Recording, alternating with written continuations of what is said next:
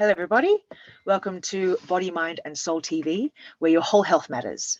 I am Jemima Godsall, and this is beautiful Darcy Marta, my co-host. Hello, Jemima. And each week we bring you topics surrounding things around body, mind and soul. I'm also an ambassador for Theraexpressions in Casper, Wyoming. We're there to mental health matters. Go check them out at therapeutic.com. Before we get started, there is a disclaimer down below. Got to get that done. But more importantly, there is a 988 national US number for mental health to know you're never alone. You can always give them a call. And there are some other European and Australian numbers down there as well. So this week, nice little topic. I'm perimenopausal, everyone. So it's an experience. And Darcy's a few years older than me, so she understands this is the process of it. And I have discovered with my sexuality, straight up, it's interfering with my sexuality, and it's a tough one because I'm in a beautiful, loving relationship, and my mind and my yeah, baby, I'm all here going yeah, and then I go and it's like it either hurts, it either hurts or it's not there, and I think, but that's so weird because my mind's so keen and I feel horny, and then when it goes into the actual physical, it's weird. Like it's a weird sensation of it's actually more often sore, like tender. My boobs are really tender, and my insides feel like they're on acid, on fire. Like it's like untouchable, pretty much. Now I'm fortunate, people, to be with a really loving partner, and we work around it. It's not an issue, but it's an issue for me. Like it's an issue for me, and I'm sure it's a little bit of an issue for him sometimes, but more for me because it's like not who I want to be, or not what I want to be giving. It's not showing how I feel. Do you know what I mean? It's not showing where I'm at. I'm not wanting to withdraw. I want to give my whole self and whole heart and body, mind, spirit to him, and it's just not happening, and it's frustrating. And I'm on my supplements for perimenopause and my vitamins, and I'm very, very healthy overall, and it's bloody frustrating. And I'm at a hurdle where I know I have to deal with it. I can't get frustrated because it doesn't work with me, does it? Being frustrated doesn't help. Even he said that this morning. Right. But what does one do? I mean, and the other thing is no one ever wants to talk about it. Yeah, true. People, they don't. We're here, right? People don't set you up and say, like when you were a young girl, and they talk about, oh, you're going to get your period at a certain point, and that's a little bit freer. We talk about pregnancy and these kinds of things, but nobody talks about menopause. There is a great book by Christian Northrup on she has a couple books on menopause, which is really helpful. Do I have it here, or is it packed? Well, the irony is I didn't even know there was a thing called perimenopause until I got into it. I thought I was straight into menopause, and then I was like, people said, no, you're in perimenopause. I said, what the hell is and I thought it was pre-menopause, and then people go, no, it's peri. I'm going, I had no idea, no education, no acknowledgement. I just thought I went into menopause, but I go through perimenopause to get to menopause. So perimenopause, I may have my period every now and then, like over the next 3 years before I actually go into It's exhausting. And why didn't I know this? I'm 49. They don't talk about it. Nobody talks about it. And it's such an emotional change as well as a physical change. Yes. Like I've had my period since I was 10 years old. I'm 49 now, and I suddenly stops. So I've had only 10 years of my life without a period. And now I'm just meant to snap into like this whole new thing where I have no period again, and I'm emotionally and physically challenged again. Yeah. Like, hello, I shouldn't know about this. What the hell? Right. Yeah. And people don't talk about it. They don't tell you that you don't learn that in human sexuality because it's irrelevant when you're, 15 years old. Right. So there's no place in our society to pass on this information unless that you're surrounded by, aunties and grandmas that are willing to discuss it, so it's, there's a lot of different ways you can deal with it. There's a lot of different ways you can deal with it. One of the ways I liked to deal with it, I didn't have any hot flashes. A lot of people have major sweats and hot flashes. I do. Well, mine are okay because of my supplements, but they happen, and he laughs, go, oh, she's gone to 600 degrees again, and like thank God my supplements stop me from massively sweating. But I get boiling hot for like 10 seconds, and I'm like, oh, and then it cools down. It messes with my mind, messes with my body. Like, it's uncomfortable too. Yeah. So one of the things you have to allow yourself to do is relax into these changes as opposed to tense against them. So when you look at the hot flashes, for example, that's a place when they start to happen, that's a time that you want to tell yourself, I need to go do some deep breathing and some relaxation. I need to really let my body calm way down. What happens to a lot of people is they go, oh, I'm sweating. Oh no. Oh gosh, I'm sweating. And then I go into this whole craziness and it just makes it worse. But if you can say, oh, I think I'm having a hot flash. I'm going to let my body relax right now. I'm going to go take a break. I'm going to go take some nice deep breaths outside. I'm going to really do that deep body breathing, where you sit and you just breathe into your belly and you exhale, and even let yourself exhale as if you're exhaling from your pores, breathing deep into your belly and just exhaling from your pores. And so that you can go with the flow, because what's happening, there's a couple of things. Physiologically, you're getting rid of all your eggs. And so, the womb, the whole area is changing itself physiologically because it doesn't have any more eggs. And so the hormones aren't there, the eggs are finishing out. So that's happening. Energetically, what's happening is that Kundalini energy that winds from the base of the spine, goes up and up. What it's doing is it's leaving the lower chakras. Right? The first chakra, which is food, clothing, shelter, sexuality, and trust. That's the first. Well, that doesn't help me. Yes, it does. So check it out. Okay. So the energy is, and it's moving upward. It's moving upward in the body. So, and then the second chakra is our deep gut feelings, right? And as the energy moves upward, it's coming into our higher self, our higher understanding. So instead of equating sex and love, now we're moving into a higher understanding of love. So that energy is moving upward, and we need to be up there. So do your chakra meditations. Focus on your first chakra, second and third. Make sure that you're very grounded, that you really understand the issues of the first, second, and third chakras. Do that deep breathing, do those visualizations, and practice that. And whenever you start to get hot, you do your deep breathing and literally exhale from your pores. It really helps a lot. That really helps a lot. Can I ask, does your libido change? Like, will I get, it may change into a different sort of hunger, but right now it seems just kind of flat. And that's not really who I remember myself to be, generally.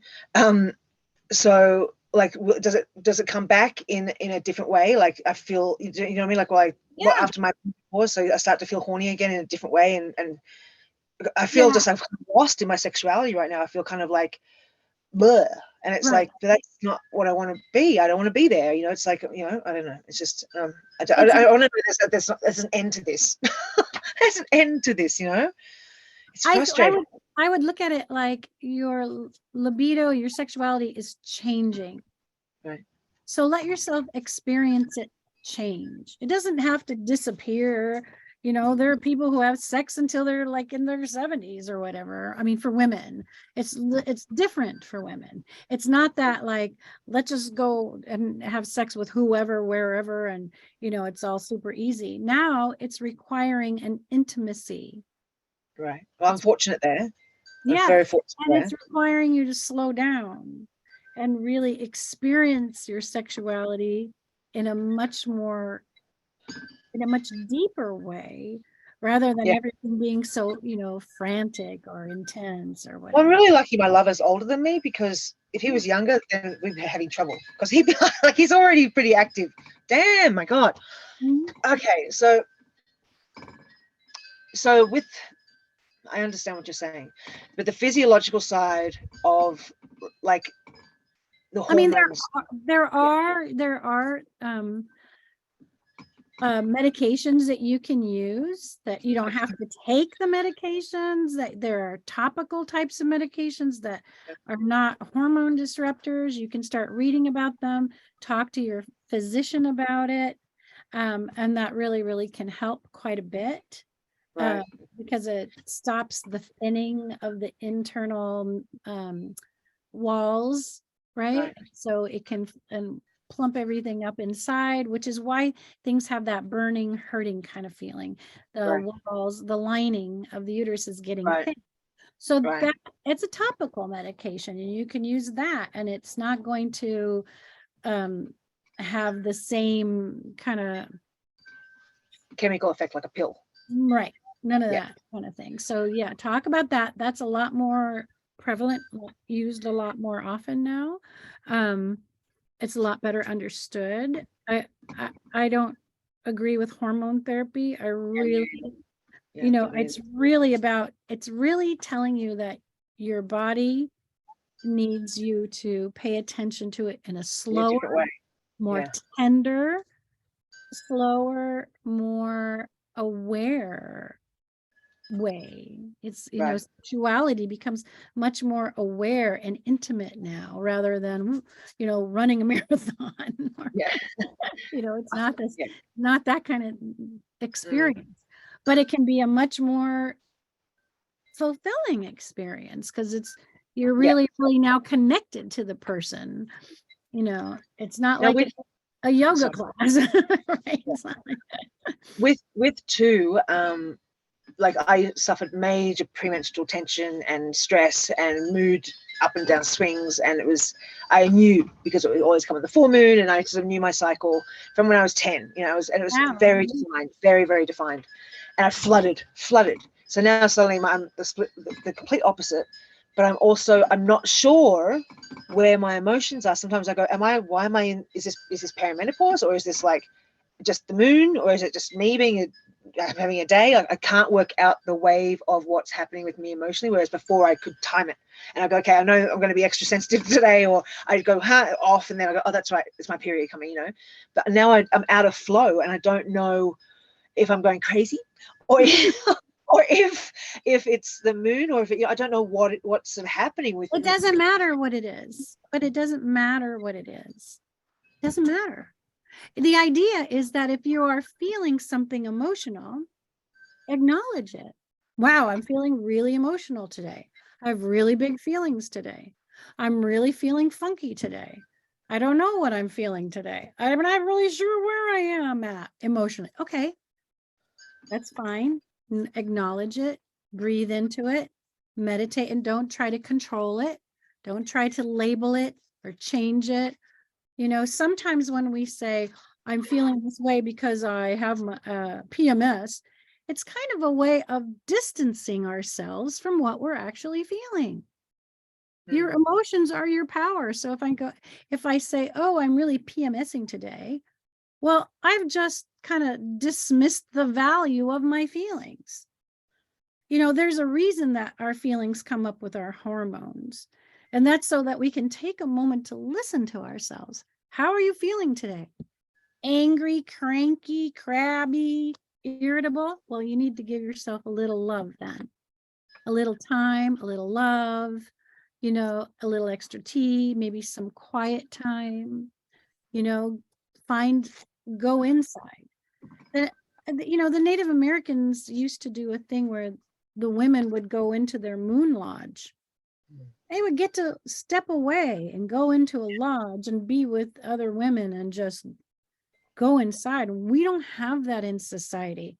We're not barely allowed to even get better from being sick. You get a cold, you got to take medicine so you can keep on going. I mean, COVID was kind of great because everybody had to, stop for a second. So if you're having those feelings, it doesn't matter if it's the moon changing or the planets changing, or, your hormones changing, or the shift of the earth and its axis, it doesn't matter. It's I guess feeling. And that means slow down and let yourself honor your feelings. Wow, I feel crappy today. I feel really agitated today. Good for you for noticing. What can you do for yourself to make yourself either feel better, or can you kind of get in touch with it? Can you get in touch with that feeling? You know, I work with little kids sometimes, right? And little kids come in and they have a really bad day and they're just like, every little thing is happening. And they're like, "What?" And I go, oh, that's a low biorhythm day. Or, or maybe they're a growth spurt. And all I'll do is walk around going, you have some really big feelings today, don't you? I can see you're having some really big feelings. Do you want to go have a seat over there with your really big feelings? You want to go outside and look for some flowers? You want to go take a drink of water? You know, so I honor the fact that they're having big feelings. And then I'll hear from a parent later, oh, they didn't sleep well last night. Well, you could have told me that when you brought them in this morning. That would have been really nice, you know, but okay, so if they didn't sleep well last night and now they're super sensitive the next day, I can't expect the child to suddenly deal with it. I have to identify it for them. Yeah, I see you feel really disappointed today. You have some really big feelings today. You want to just feel your big feelings? You want to take a minute? Do you want to find something to hold on to? Do you want to paint? I had a little girl in the afternoon. She would lose her mind, be angry every afternoon. So I would give her watercolors. And I give it to say, let's do our afternoon watercolors. And she would paint, and you would try to talk to her. She'd look at you with this face. Hey. And just paint and paint and paint. And that was her self-soothing, you know, technique. So give yourself a self-soothing technique. Yeah, I think the whole thing about, it's interesting when you say you're kind of dismissing your emotions when you put it down something, because I'm thinking that probably came from my emotions being dismissed by adults around me, by school, by school and stuff. And so there had to be a reason for me. So I had to find a reason. It couldn't just be. So I had to search for a reason. Yeah. So I could be excused. The excuse can be that. So it's not me. It's not my fault. Right. So, you know, and so it was much more acceptable, which is kind of crazy, but still, or people would go, oh, gosh, she's PMS, and walk away. Right. I'm just not going to deal with it, knowing that I'd be like, yeah, psycho type thing, you know? Right. And you know, I am an extremely emotional person, so my emotions can go up and down quickly too, like quite radically. And that's what scares me sometimes. I go, hang on, why am I in this mood today? What's happening? And I don't really, as you said, I don't really need to know why, but just honor them, you know, because as soon as you say, like, I feel like this, half the time it dissipates, like the sensation around it 50% anyway. Like as soon as you can have a space to own it and say, I feel like shit today, I feel like angry, and offload it, then suddenly you go, oh, I actually feel kind of good now, you know. So it's kind of crazy, isn't it? Clear. You feel kind of clear. It's you know, it's just emotional intelligence that we don't allow ourselves to have. You know, we just have to keep powering through things all the time. But I think those low biorhythm days, those moments where we're fussy, that's probably our whole psyche and countenance saying, take a breath, take a moment, just really get in touch with not just you, not just your mental cycle, but your connection to the cycle and the expansion and contraction of the universe and the earth, breathing with the earth and connecting with everything around you. And so that you can get yourself back in the flow.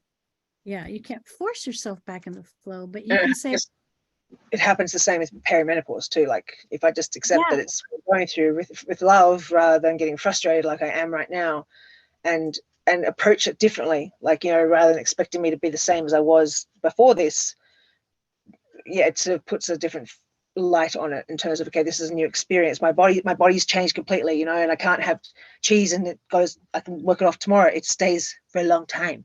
Right. So, you know, so I'm learning this is, what popped out? Quick, hold on to that card. So I'm it's very interesting, just relearning how to communicate with your body and your mind.